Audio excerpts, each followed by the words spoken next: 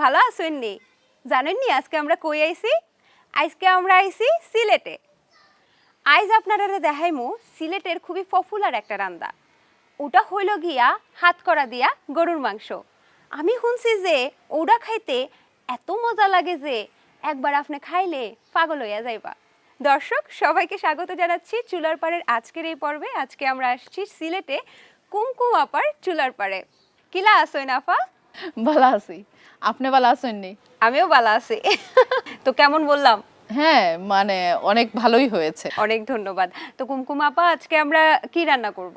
আজকে এই যে সাতকরা দিয়ে গরুর মাংস খাওয়াবো, যেহেতু আমরা সাতকরা গরুর মাংস এটা এটা খেয়েছেন আপনি কখনো? হ্যাঁ আমি খেয়েছি, কিন্তু একেবারে সিলেটের যেটা হ্যাঁ। সেটা খাওয়া হয়নি। মানে আদি যেটা, আদি যেটা, হ্যাঁ সেটাই আদি যেটা সাতকরা দিয়ে গরুর মাংস রান্না করা হতো, মানে আমরা ওইটা হাত দিয়ে মেখে কিন্তু রান্না করা হতো। আচ্ছা আচ্ছা। এখন অনেকে এটা বাগার দিয়ে রান্না করে বা অন্যান্য অন্য প্রসেসে রান্না করে, বাট একদম যে আদি রান্না আমাদের মা দাদিরা যেরকম রান্না করতেন ওইটা হাত দিয়ে মেখে রান্না করতেন, একসাথে বসিয়ে দেওয়া হতো আর কি। আচ্ছা, ওইটাই আজকে করব।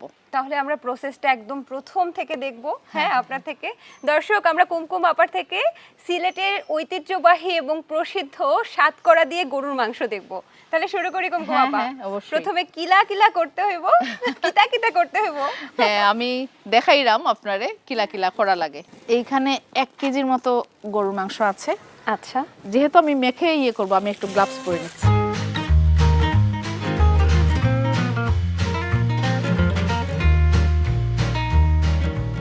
আপনি আমাকে এই যে পেঁয়াজটা দেন।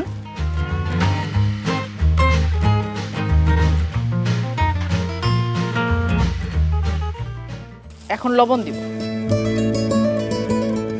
এখন হলুদ গুঁড়ো, এই মরিচ গুঁড়ো 1-1.5 চামচ। সিলেটের মানুষ কিন্তু খুব